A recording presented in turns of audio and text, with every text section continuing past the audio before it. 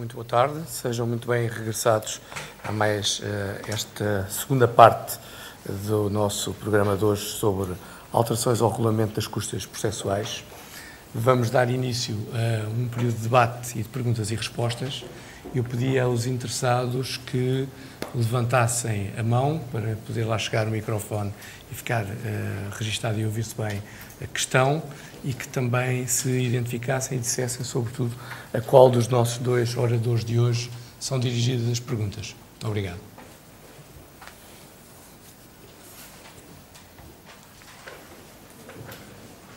Bom, como para já não há nenhumas perguntas, eu passaria já à segunda pergunta e eu próprio a faria.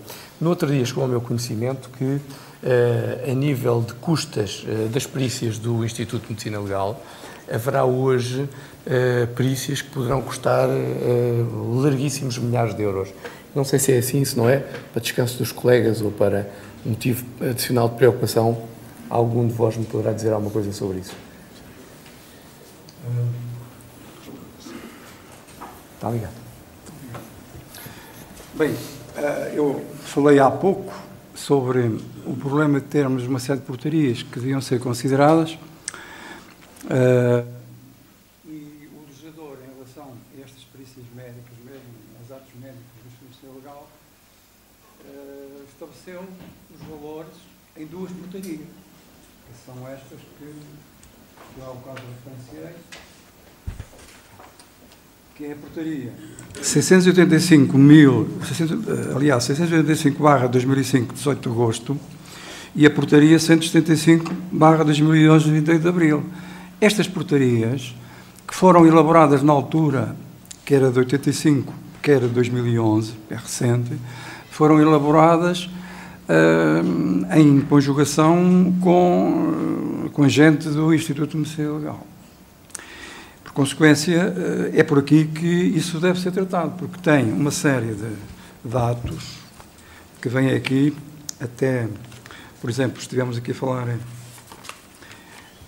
perícias, exames, isto é a 175 de 2011, perícias e exames do âmbito da clínica forense em direito penal, presencial ou documental, avaliação do dano corporal, depois tem colaboração de relatório único e concluído, tem por aqui assim, por referência à unidade de conta. Em princípio, isto tem que ser respeitado, é a lei, enquanto não for alterado. Pode acontecer, e isso realmente pode acontecer, já aconteceu com os intérpretes e tradutores, por exemplo, quando se tratava de línguas chinês ou outras línguas mais complicadas, que a tabela, mas isto também hoje já não acontece tanto porque isto foi atualizado, mas antes desta atualização da tabela 4 também se punha o problema, que havia gente que não queria ir ao tribunal fazer isto, porque realmente eram muito baixos os valores da tabela. Mas isto foi um bocado, agora foi regulamentado, por exemplo, aparece já por referência à palavra, no caso da tradução. Isso resolve de alguma maneira o problema. Mas há de haver sempre desajustamentos. Há tempos puseram uma questão que era numa ação administrativa especial, acho eu, não, ou comum, ação administrativa comum, em que é pedido um exame por uma universidade e portanto, enfim, esse exame é feito lá por um conselho, fica com valores elevadíssimos e levantou-se esse problema. Agora, sem mais, os tribunais só podem aplicar isto. O que está aqui, para os atos médicos, mesmo no sistema legal, o que está nestas duas portarias, 185 e 175 de 2011. Para o restante, o que está na tabela 4, neste momento. Eu lembro-me que, quando estava ainda no ativo, nos tribunais de comarca, que se levantou muitas vezes este problema. Havia casos pontuais em que não era possível, os valores que estavam tabelados não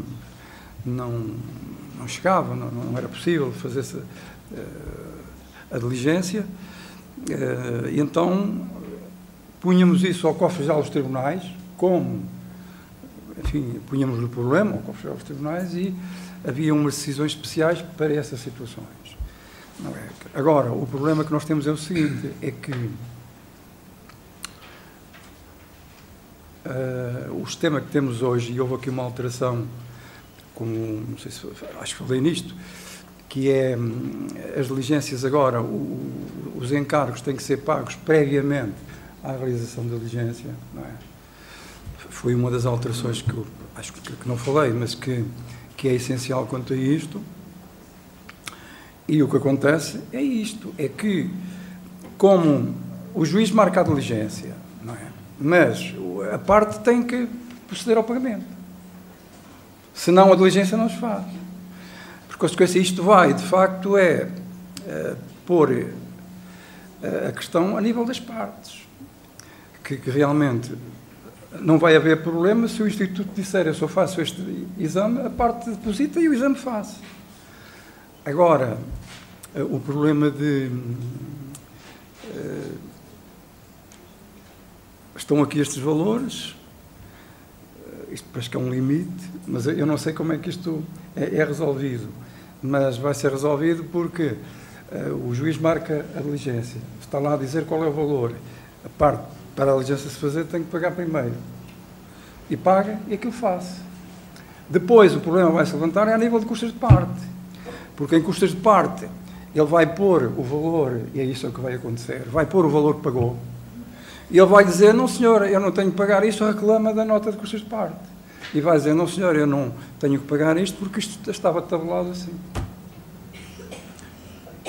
Vai dar alguns problemas nessa fase. Muito obrigado. Eu julgo que o Dr. Sérgio Castelheira queria acrescentar algo sobre esta mesma matéria.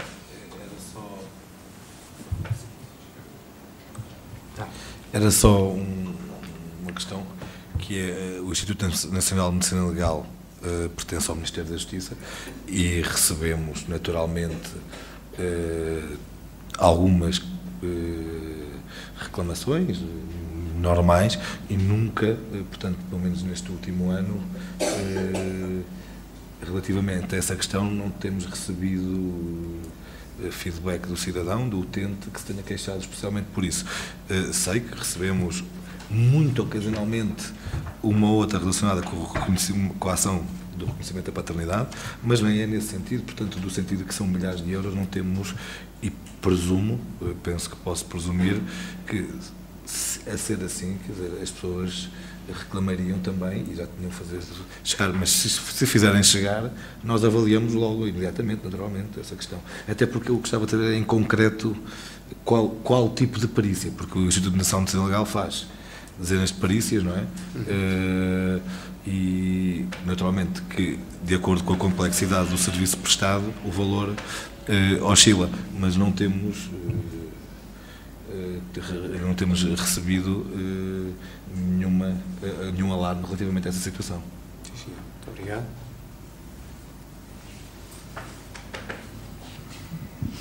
Boa tarde. António Jaime Martins, se conselheiro, queria lhe perguntar, até tivemos a falar disto há pouco, queria lhe perguntar, litigando uma parte contra alguém que beneficia de apoio judiciário e tendo essa parte ganho de causa, se tem direito às custas de parte? Bem, é realmente este artigo 7, este número 7 do artigo 4 que suscita essa problemática. Estivemos agora aqui a ver com o Dr. Sérgio Mendes a matriz desta norma que está ali. A matriz desta norma foi introduzida na reforma de 97, na reforma de custas de 97, dentro da ideia do princípio da justiça gratuita para o vencedor. Porquê? Porque já tinham ido ao Tribunal Europeu dos Direitos do Homem casos em que realmente havia queixas de que ganhavam a ação e estavam sujeitos a não receber, enfim, situações com apoio judiciário ou com isenções com que se confrontassem. E então foi introduzido no artigo 4º do Código das Custas, foi lá introduzido, eu não sei se isto está ligado, está, no artigo 4º do Código das Custas foi lá inserido, ora, onde é que está? Tenho que ver aqui, custas judiciais, cá está.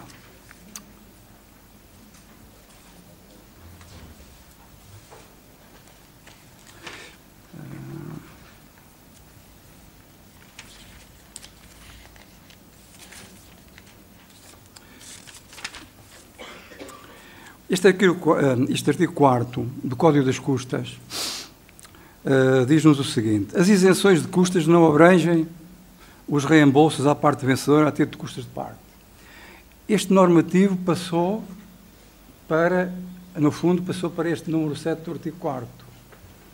As isenções de custas não abrangem os reembolsos à parte vencedora a título de custas de parte. Isto é o número 1, portanto... Agora diz, se a parte vencida for o Ministério Público, os reembolsos referidos no número anterior são suportados pelo cofre-geral dos tribunais. Havia uma norma expressa que dizia que realmente, no caso da parte vencida ser o Ministério Público, então o cofre-geral dos tribunais pagava as custas de parte. Não é? E depois dizia no número 3, se a parte vencida gozar do benefício do apoio judiciário de nulidade de dispensa total ou parcial de pagamento de custas, o reembolso das taxas de justiça pagas pelo vencedor é igualmente suportado pelo cofre-geral dos tribunais. Portanto, parece que havia aqui uma limitação ao princípio da justiça gratuita. E então, o que nós temos, parece que, de facto, o apoio judiciário, quem tem o apoio judiciário, ou seja, o vencedor que litigue com o benefício do apoio judiciário, não pode exigir ao Instituto de Gestão Financeira o pagamento das custas de parte. Mas da taxa de justiça pode, nos temos o número 6 do artigo 26. Taxa de justiça, sim. Pois, é só mais os isentos. A taxa de justiça, sim. Ou seja, aquilo que ele pode exigir por força do artigo 26, número 6, é que, nesse caso, terá direito ao reembolso do que pagou a título de taxa de justiça. Mas já não em relação a encargos, o que parece. Muito bem. Mais...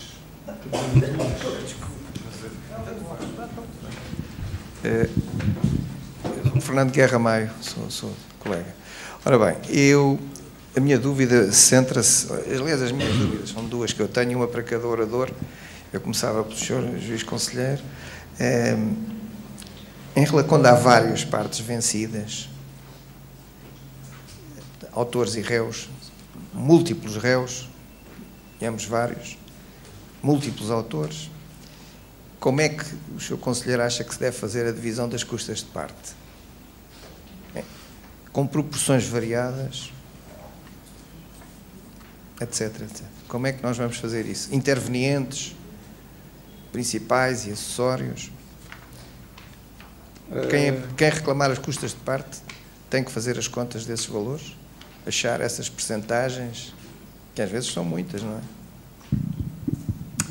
Bem, este problema é complexo, porque, na realidade, o Sr. Doutor falou, há vários sujeitos processuais do lado passivo, não é?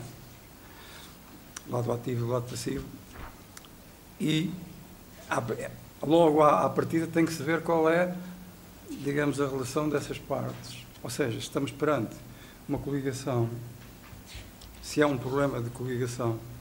Se for um problema de coligação do lado passivo, não há problemas nenhuns, porque cada parte paga as custas, é como se fosse uma ação autónoma. Se é um problema de litisconsórcio, então aí já é um pouco diferente, porque o litisconsórcio, enfim, é como que fosse, digamos, uma relação jurídica, mas depois tem vários sujeitos, etc. Isso vem no artigo 29 do Código de Processo Civil, acho que vem lá a definição do que é coligação e litisconsórcio. E depois há os intervenientes, porque os intervenientes ou se associam a título de litisconsórcio ou então a título de coligação. E, portanto, é preciso ver, efetivamente, tudo isto. E tem que se ver como é que isso é. Quanto à questão da divisão, já outrora se pôs, e até houve um acórdão do Supremo sobre essa matéria, como é que se fazia a divisão. Eu até penso que ainda tenho aí esse acórdão anotado. Como é que se fazia a divisão no caso dessa pluralidade. Mas há aí uma norma, não há dúvida nenhuma que quem faz a nota de custas de parte tem que ter muito cuidado e tem que dizer depois que lá no final tem que pôr total a receber. Isto tem que dizer o total a receber, tem que fazer essa análise e ver bem que tipo de relações são estas, qual é a proporção do vencimento, etc. Mas tem que primeiro ver se é coligação, se é litisconsórcio, se o que é. Ou se é associação a uma parte em litisconsórcio ou em coligação. Agora, há uma norma na portaria que fala nisto. Eu posso ter a dificuldade em encontrar, mas talvez não. Eu vou aqui logo ao problema das custas de parte. A ver se chego lá depressa, porque estas coisas o que têm é que depois demora-se, nós queremos ser rápidos e perdemos mais tempo. Ora, custas de parte, pagamento por cheque, nota de pagamentos, tem que ser para trás, pagamento por cheque, quantias de valor reduzido, custas processuais,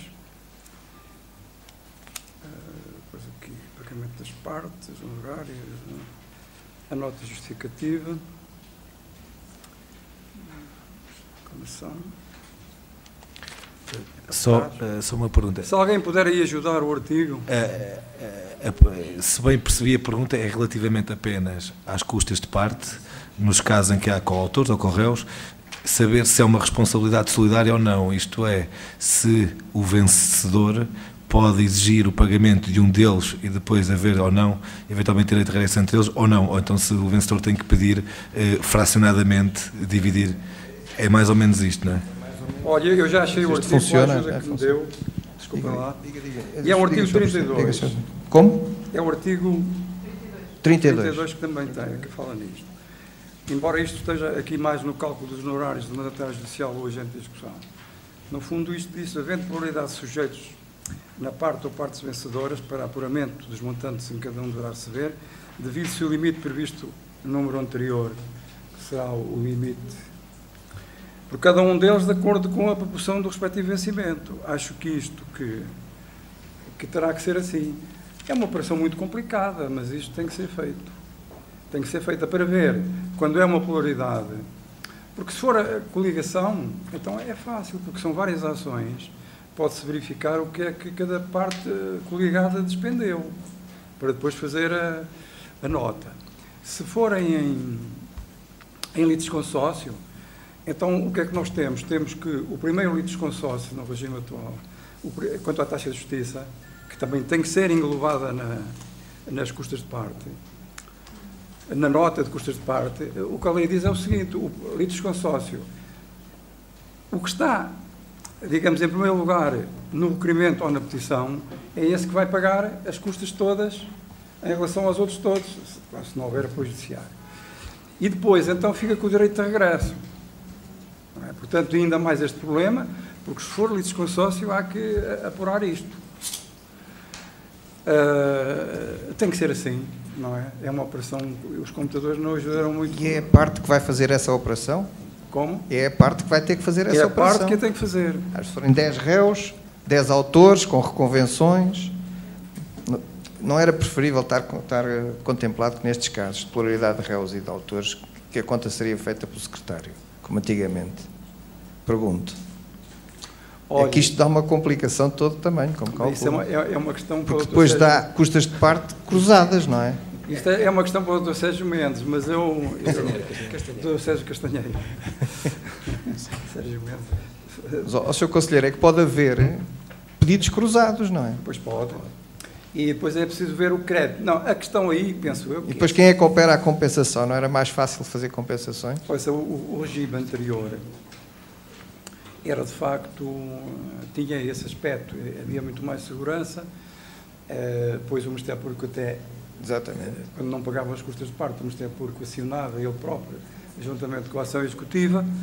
Isso facilitava muito a vida das partes. Mas porquê é que isto aconteceu? Aconteceu porque se entendeu que havia de, no limite, acabar com o ato de contagem. No limite, era uma operação de merceeiro, deve haver, não é? Porque operações isto dava muito trabalho fazer a conta, era difícil. Agora também vai acontecer o mesmo com a base instrutória, não é? Quer dizer, as coisas são complicadas, é preciso simplificação e então tem que simplificar. E a ideia de retirar as custas de parte, aliás, em 2003, isto já vem de trás, quando fragmentaram o conceito de custas também em custas de parte, taxa de justiça em casos de custas de parte, já foi com o fito de retirar isso da conta. Porquê? Porque isso era uma operação que dava trabalho, o Estado tinha que cobrar esses valores, etc, etc. Retiraram isto de lá. Uma opção política enfim, que eu não posso discutir, mas se me disse, estou de acordo com o Sr. Doutor que havia muito mais segurança, e havia muito mais rigor, e havia mais facilitação para as partes, porque eu não sei bem o resultado destas notas, mas estas notas, o que acontece é que se transformam num incidente, às vezes complexo, e já depois, numa fase... Eu estou muito convencido que os advogados que lutam com isto. Tudo muito bem, até ao fim. Há um sempre que perde. E depois não quer pagar, não paga. Pois. Não é? E agora, se forem 20 ou 30 de cada lado, imagina. E depois, porque isto é no fim da ação, que já está no resultado, lá no Supremo acabou. E depois, quando se manda a nota de custas de parte, vai-se arranjar aí um litígio com reclamações. Bem, agora limitaram-se porque têm que depositar tudo antes de fazer.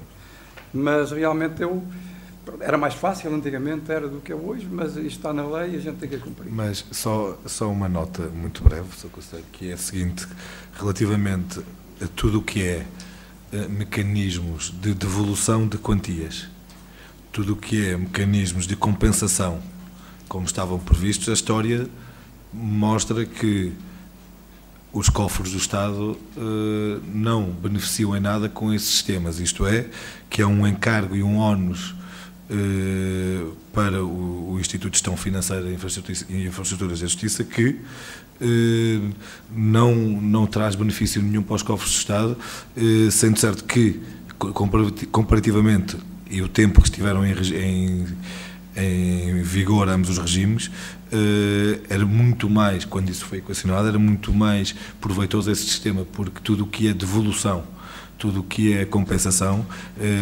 cria o sistema muito mais burocrático. É óbvio que não há sistemas perfeitos, não é? E este, politicamente, foi o escolhido por causa disto, porque no passado tudo o que era mecanismos de compensação ou restituição de quantias deu alguns problemas ao Instituto de Gestão Financeira e Infraestrutura. O que querá dizer é que a burocracia passou-se do Estado, não é? Não. Dos tribunais para os escritórios dos advogados. É não, mais ou menos isto. Não, porque o problema que me coloca, isso seria, o Sr. Doutor teria toda a razão, se todas as ações, ou se a maior parte das ações em Portugal, fossem com autores e com réus. Pois, mas não é. Isso só vem. Isso são pequenas situações. Mas isso só vem em abono daquilo que eu sugeri, porque realmente, como são poucas, efetivamente, não são muitos casos. Pois, só nesses casos, a sua sugestão era só exatamente, só nesses casos. Porque nos demais casos, esse sistema funciona melhor. Funciona melhor. Agora, como é que são os particulares a fazerem as contas? Às vezes são 20 ou 30 colegas de cada lado.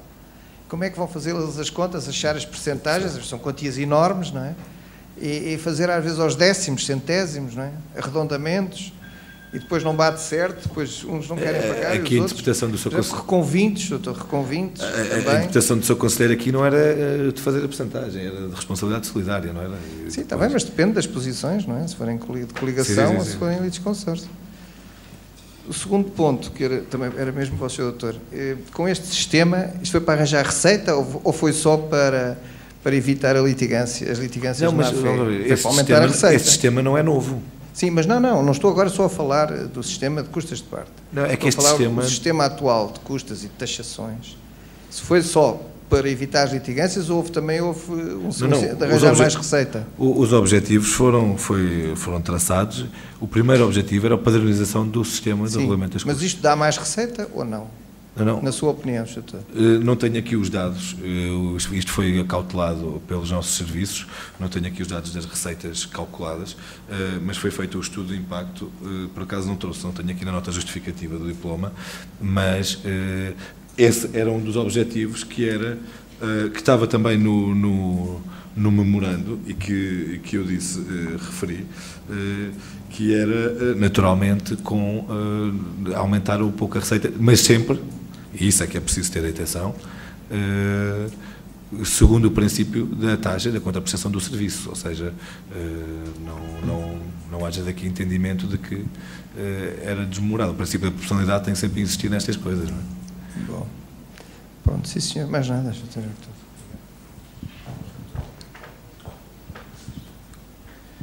Boa tarde, o meu nome é Eduardo Rocha Moreira. A pergunta que eu gostaria de fazer é de natureza prática, porque curiosamente tenho precisamente uma situação que vai abranger este regime neste momento. Uma ação de impugnação de paternidade que foi posta em 15 de fevereiro e, beneficiando do regime já na altura em vigor, se pediu o pagamento em 2 prestações, ou seja, a segunda prestação venceria amanhã. Por aquilo que eu percebo, neste caso, ela não será paga, até porque não houve contestação, e só será paga a segunda prestação, caso seja marcado julgamento, caso em que será paga 10 dias antes, é isso? Se não houver julgamento e houver decisão, como espero que seja o caso, sem julgamento, não se paga a segunda prestação. Bem, estamos, portanto, uma ação de investigação de paternidade, não é? De impugnação. Impugnação de paternidade. De paternidade. Ação de Estado e foi ajuizada antes de 29 de março de 2012. Sim. Foi, portanto, foi. Ainda no regime... Foi, portanto, em 15 de fevereiro, portanto, foi antes da entrada deste regime. E aí pagou só a primeira prestação prestação. de justiça. Não é? Essa primeira prestação de taxa de justiça era suposto que pagar a segunda prestação, segundo a portaria que ainda estava em vigor, era suposto pagar essa segunda prestação 90 dias depois. Certo. Não é? Dentro daquilo que falámos há bocado, e agora, esses 90 dias já terminaram ou não terminaram? Termina amanhã, precisamente. Olha, eu tenho a ideia, o seguinte, é que, na realidade, isso já está constituído e constitui-se a obrigação de pagamento. É a primeira situação que me é posta assim nestes termos, mas penso que será assim. Como realmente a obrigação de pagamento da taxa de justiça se constituiu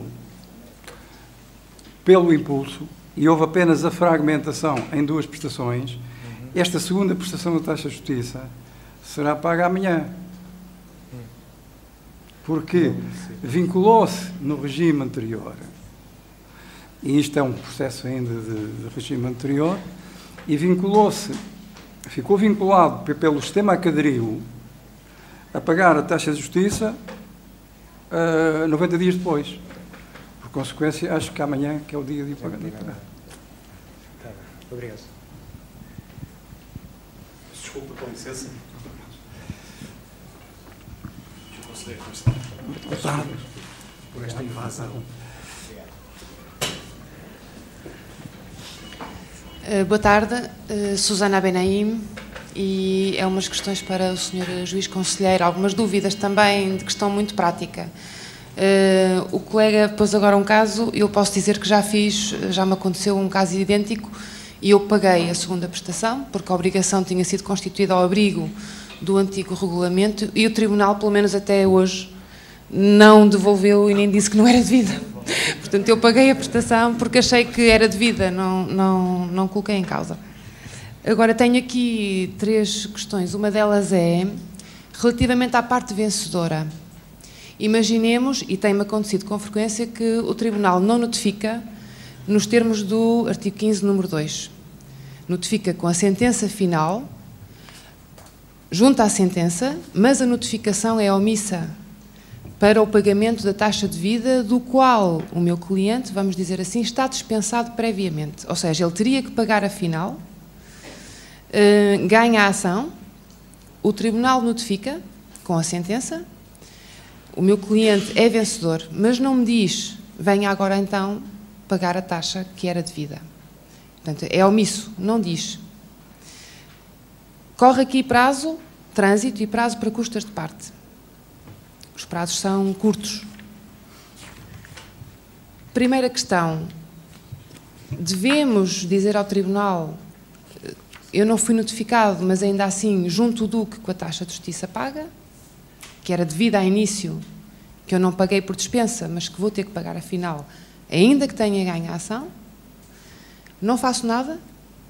E o que é que se passa no pedido de custas de parte, uma vez que eu não paguei a minha taxa? Não sei se me fiz explicar. Esse problema eu já ouvi falar nele, já ouvi falar. É muito corrente. Não, mas isso deve ter acontecido já várias vezes, porque sim, eu já ouvi falar nisso. Já ouvi falar nesse problema, levantou-se essa situação. Agora, quanto à questão, primeira questão, princípios da transparência. Quanto ao princípio da transparência, o mínimo, quer dizer, o exigível é quando a Secretaria, efetivamente, depois da sentença, porque a lei fala na sentença, não diz que é no trânsito em julgado da sentença. Porque se dissesse no trânsito em julgado da sentença, o problema estava resolvido. Mas, como realmente o problema do pagamento da taxa de justiça não depende do vencimento, não é? Aquilo ainda não chegou ao fim, é verdade, não é? Não chegou ao fim o processo, porque ainda pode haver recurso, etc. Pode haver isso. Mas admito que se possa interpretar aquela norma feita a sentença, notificada a sentença, notificar para pagamento da taxa de justiça que ficou em vano. Agora, notificar só a sentença e não dizer que deve pagar a taxa de justiça tal, acho que há aí uma falha. Isso é uma questão que pode ser corrigida a nível das secretarias. Agora, o problema depois é o problema das custas de parte, não é verdade? Esse problema é outro e só poderá ser resolvido no fim. Se houver recurso, tem que se ver qual é o resultado da decisão final transitada em julgado, não é? Sim. Porque só depois é que se pode elaborar a... Mas se eu não pago, no entretanto, vamos imaginar, caso muito prático, chega à sentença, transita em 15 dias, porque é processo urgente, eu tenho 5 dias para pedir as minhas custas de parte. É um tempo que é muito curto. Mas 5 dias para pedir as custas de parte depois do trânsito em julgado. Depois do trânsito em julgado, ou seja, dos 3 mais 15 mais 3. Sim, se houver recurso, tem que esperar que termine lá o recurso para depois apresentar a custas de parte. Não, mas imaginemos que não há recurso. Não há recurso. Não há recurso. É uma coisa muito simples, não há recurso. A sentença, em primeira instância, transita e no terceiro dia com multa, ou seja, no primeiro dia, após o último dia do terceiro dia, eu mando a minha nota. O que é que vai acontecer? Se eu não paguei a minha taxa, eu não o podia pedir. Certo? Sim. Porque ela não consta como paga no processo. Se não a pagou, se não pagou, ou se não pagou, a taxa de justiça não a pode inserir na nota de... Pronto, mas aqui cria o tal problema, que é o que é que eu faço enquanto parte, se o Tribunal não me disse, o tempo vai transitar. Isso aí, portanto, peço desculpa, há aqui uma questão que é, a Secretaria, a sentença contém um lapso porque não cumpre o número 2 do artigo 15, ou a Secretaria não notificou, neste caso apesar é a Secretaria, exatamente. A Secretaria não é a Secretaria, porque a doutora, se na sentença tem, a doutora sabe que ela é devida. Então claro, aí não há problema, porque quando a sentença transita em julgado, vem requerer, porque na sentença, na decisão, consta lá que é devido, não é? Já sabe que vai... Nem sempre. Tenho que confessar que nem sempre consta. Nesta hipótese que eu estava a colocar-se na sentença, agora, não notificou, não sabe do valor certo. O que acontece é que não sabe do valor certo, mas vem requerer, eu colocaria sempre, para me salvaguardar, cumpria o prazo. Eu pretendo pagar a minha taxa. E em simultâneo fazia um requerimento ao Tribunal, ao processo, a pedir a correção e o cumprimento do número 2 do artigo 15, não é? Agora, suspendo o meu prazo de trânsito... Ou seja, porque o problema aqui é os prazos que são curtos.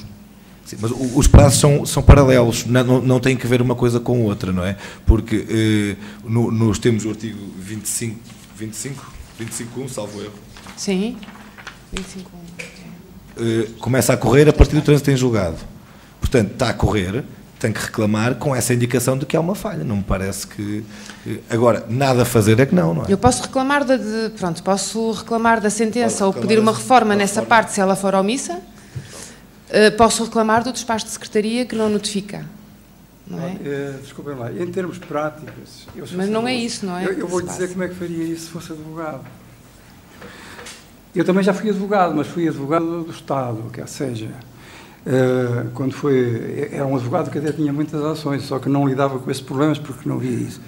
Mas eu, aí nos anos de 75, 76, 77, era advogado do Estado de todas as ações da competência dos juízes cíveis de Lisboa, que era assim antigamente. Havia um agente do Ministério Público para os juízes e outro para as varas. Eu aí aprendi muito, porque situei-me do outro lado da barricada, também como autor e tinha que contestar as ações e assim. Agora, eu o que faria é o seguinte, realmente este artigo, estamos a falar no artigo 15, número 2, não é? Diz lá o seguinte, que as partes dispensadas do pagamento da justiça, independente da declaração final, devem ser notificadas com a decisão que decida. Portanto, quer seja, têm que ser notificadas para efetuar o pagamento no prazo de 10 dias, não é? Ora, muito bem, realmente a Secretaria devia dizer aqui o valor. Só que penso que não é preciso. Eu, por isso, se fosse advogado, sabendo qual é o valor da taxa de justiça que está em débito, porque sabe, pagava imediatamente. Resolvia efetivamente tudo, porque veja bem, se em termos de litigiosidade, se não fizer isso, estiver à espera, claro que eles, e tenho a impressão que o Centro de Oficiais de Justiça que irá comunicar para porem lá o valor da taxa de justiça para facilitar as partes. Agora, como isto está, resulta da lei, vocês já pagaram a taxa, já pagaram a primeira prestação, não é? Por exemplo, não é? Ou mesmo que não tenham pago, sabem qual é o valor da causa e sabem que era isso. Então, o problema fica resolvido logo pagando essa taxa de justiça dentro do prazo do trânsito em julgado. Sim. Para permitir depois o pedido depois a seguir, então, transitada em julgado a decisão, não há recurso, etc., okay, já inclui esse valor nas custas de pago. Muito obrigada. Quanto a esse ponto estou esclarecida e acho que é assim que vou então porque aqui não é uma coisa intransponível, não é? Não, de todo. Isto é um problema de boa fé. Exato. As partes sabem qual é o valor a pagar. Sabem, porque isto resulta da lei, é valor da causa, taxa de justiça. Ok, pronto. Um outro caso, ações intentadas ao abrigo do Código das Custas Judiciais e que ainda estão a esta data pendentes. Não há sentença final ainda. O que é que vai acontecer quando houver uma sentença e que haja lugar a pedido de custas de parte? O artigo 8º, aquele do regime, portanto, o regime transitório, não é? No número 7 dos últimos, ou 8, diz que que o regulamento será aplicável a todos os processos em termos de custas de parte, salvo se já tivermos enviado a nota. Vamos supor que eu não enviei uma nota e amanhã chega uma sentença de um processo intentado ao abrigo do Código das Custas. Em termos de custas de parte, eu aplico o regulamento à data de hoje. Pronto, o limite está aqui. Eu não tenho a certeza se naquele 27 de 34 de 2008, se realmente, mas eu tenho aqui uma nota que tirei só para confirmar aqui um problema. Eu pus aqui uma cruz, artigos alterados, ou 24 artigos alterados nesta reforma agora de 2012, ou 24 artigos. E alguns deles já havia uma aplicação retroativa em relação a vários artigos. Não sei se também os custas de parte, era?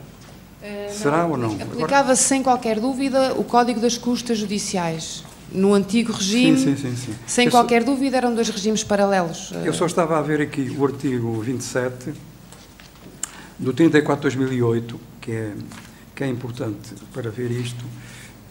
Tenho que ser aqui dar uma olhada para isto. 25, 27. E o 27 diz o seguinte, os das custas de parte, não é aplicável às custas de parte. As custas de parte é inovador e, portanto, não se aplica. Ou seja, o problema pode-se pôr mesmo em relação ao Código das Custas Judiciais. Então, eu dá-me a ideia que o problema é assim, o legislador aqui aplica-se a padronização. Vai-se aplicar o regime novo, a lei nova, não é? A lei nova, por referência a quê? O referencial é o momento do envio da nota de custas de parte.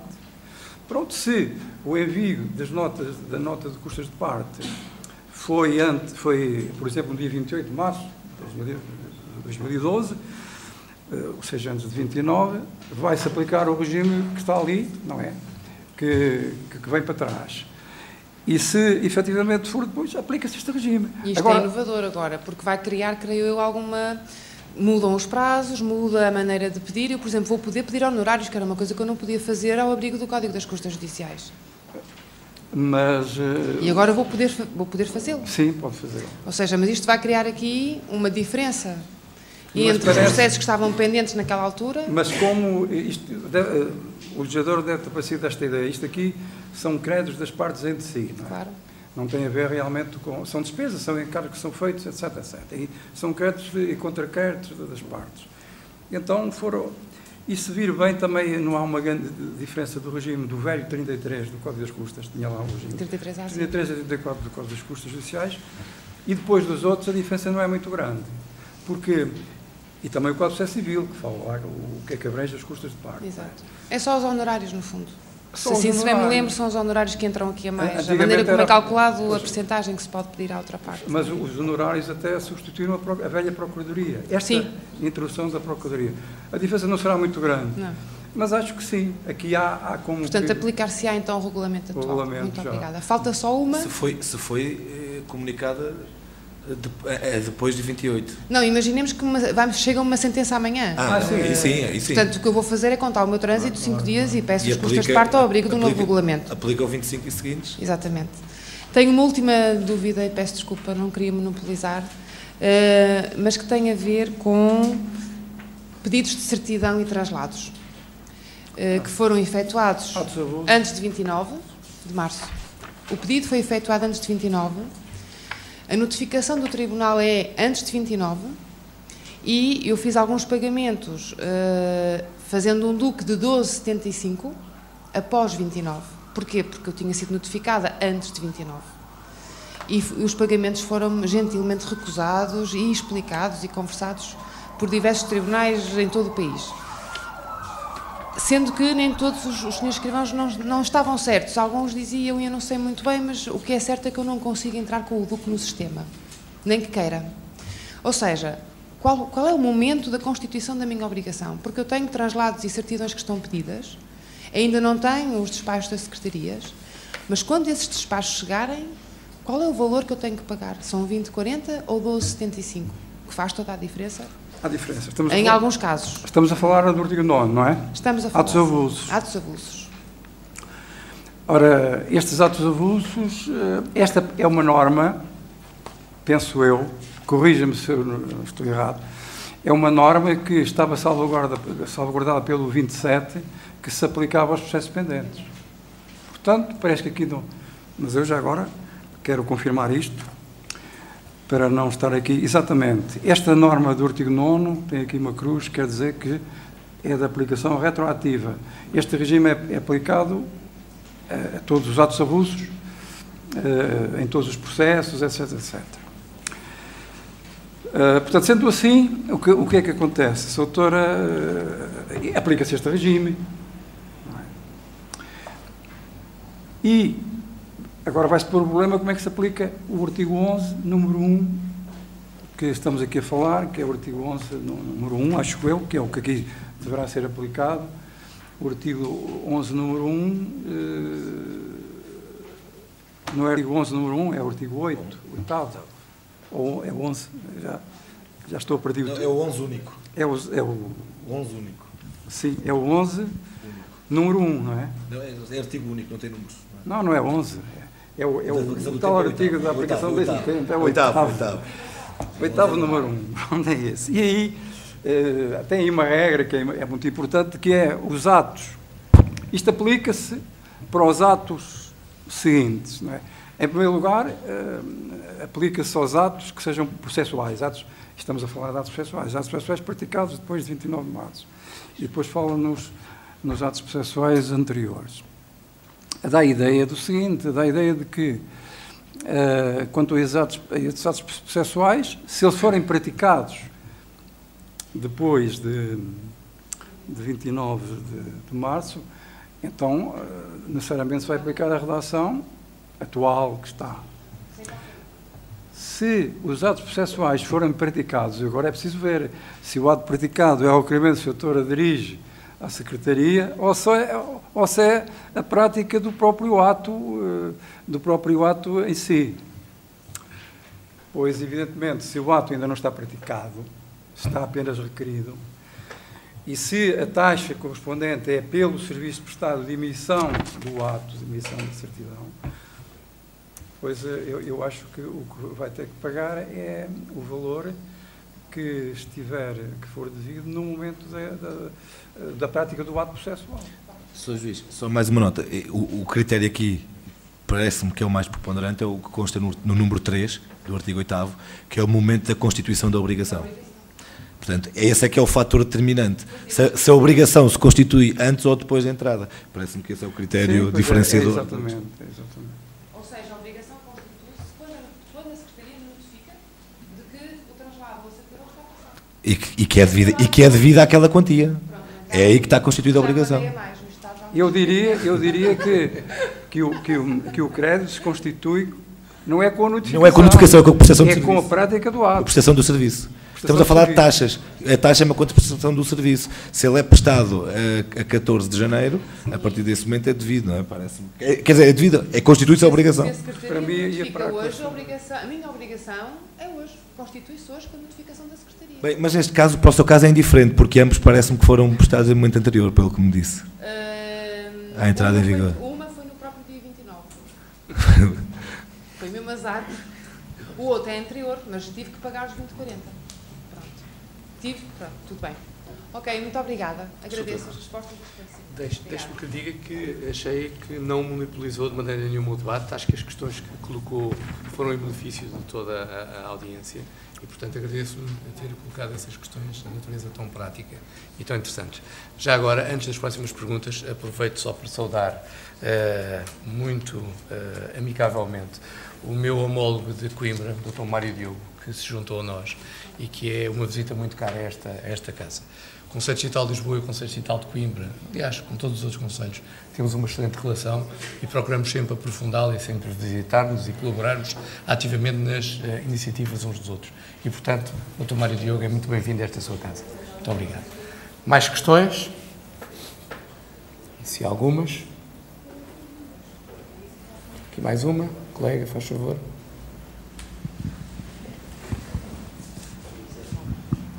Boa tarde, Vanessa Patrocínio.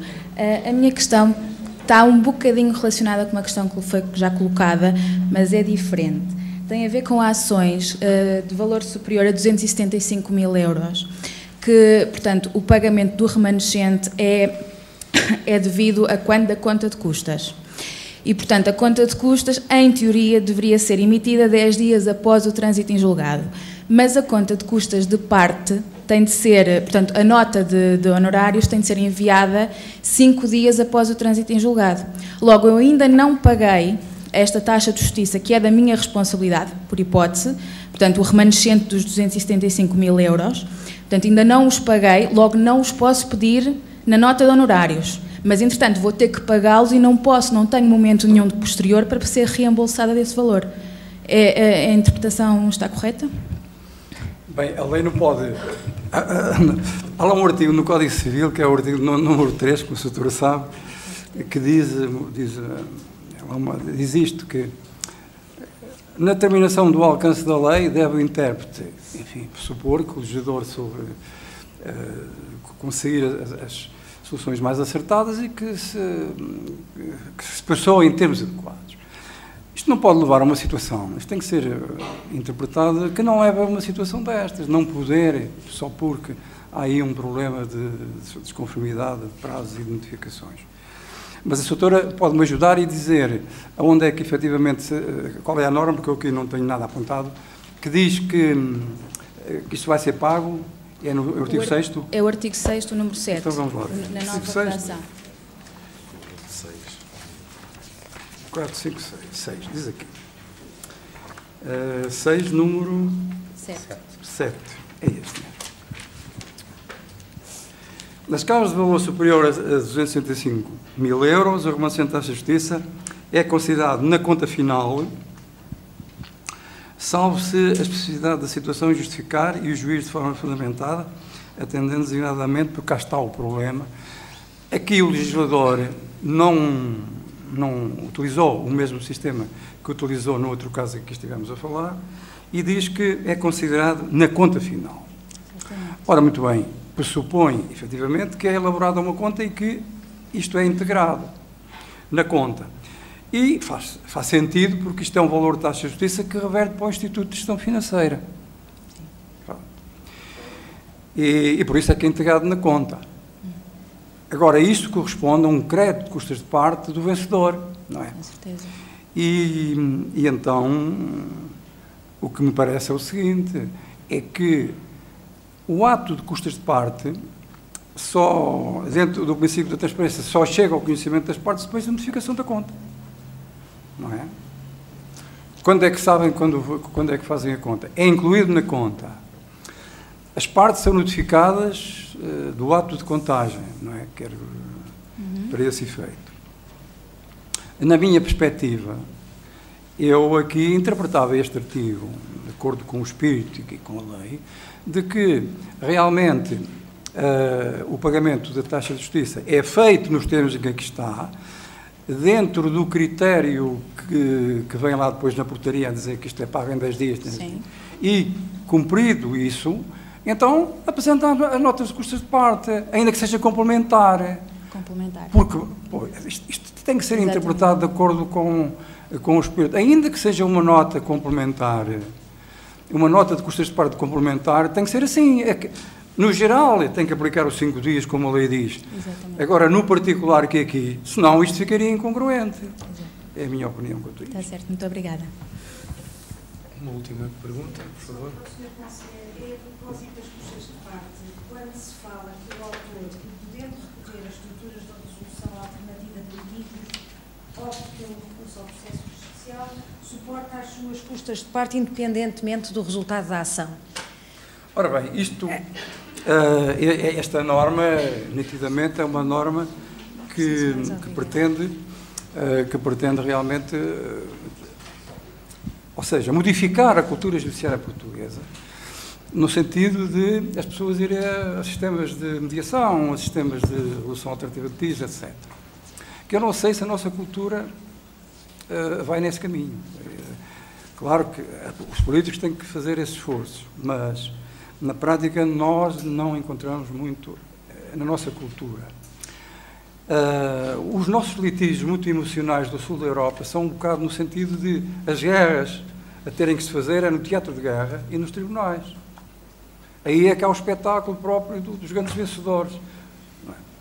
Agora, o problema, a prova disto é que nós tivemos um sistema em Portugal, um sistema de processo civil simplificado, que ainda está em vigor de 91, que foi até pensado pelo conselheiro Gomes Costa, que graças a Deus ainda está vivo, que contribuiu muito até nesta ordem para a colaboração que dava aqui. E ele era um sistema muito simples, as partes assinavam os dois a petição inicial, quando realmente, se houvesse um problema só de litígio de direito, apresentavam os factos assentes e depois chegavam ao tribunal só decidia direito, ou então era apenas um problema de facto e apresentavam a petição assinada pelos dois, aquilo era no instante. A lei até dava a possibilidade de isso ser urgente e passar à frente das providências cautelares e outras coisas. Sabem o que é que isso deu em Portugal? Em tantos anos, só se conheceram 2 casos ou 3 em Portugal dessa ação. É mesmo assim, a nossa cultura é de litígios em teatro de guerra, não é em gabinetes, a ouvir testemunhas por advogados, não sei o quê. É ali no teatro de guerra, porque há aqui uma coisa de espetáculo que a nossa cultura judiciária não prescinde. Agora, quanto a isso, eu digo-lhe o seguinte, pois efetivamente essa norma é importante que seja, mas hoje, neste momento, não está em vigor, portanto não está regulamentada, não vale a pena pensar nela, porque ela não está regulamentada e sem a regulamentação, porque ainda tem que haver uma portaria que diga quais são essas instituições que resolvem essa alternativa de litígios, e ainda não está, portanto, esqueçamos-la. Já tiraram isso da isenção, porque estava lá para os trabalhadores tiraram isto de lá e, com isso, ampliaram o âmbito da isenção. E quanto a essa, depois está aí sossegadinha, à espera, e agora o Governo pode controlar isso. Um dia, mas ainda não se sabe quando for, quando sair a portaria. Muito bem. Não havendo mais questões, eu vou dar por encerrada a sessão, não sem antes agradecer a presença do Sr. Juiz Conselheiro Salvador da Costa e também do Sr. Dr. Sérgio Castanheira, sendo certo que o CDL continua sempre disponível para, relativamente àquelas matérias que tenham incidência mais prática e que os colegas reconheçam como de maior valia, estamos sempre disponíveis para fazer novas ações, estamos sempre disponíveis para, no momento oportuno, voltar aos mesmos temas, sobretudo quando já estiver decorrido mais algum tempo sob a entrada em vigor e, portanto, as dúvidas já estejam mais consolidadas. Queria finalmente agradecer ao Dr. Mário Diogo a gentileza da sua presença aqui, que muito nos honra, e voltar a convidar-vos a participarem ao longo de toda esta semana e das outras que seguem, mas sobretudo durante esta semana que temos uma programação forte em termos de formação, a virem a esta vossa casa e espero a saírem de cá agradados e a reconhecer algum valor às ações de formação e de informação que procuramos dar aos colegas, quer aqui fisicamente, quer depois através do nosso sistema de divulgação de formação no site da Ordem dos Advogados e do Conselho Distrital de Lisboa. Muito obrigado pela vossa presença. Boa tarde.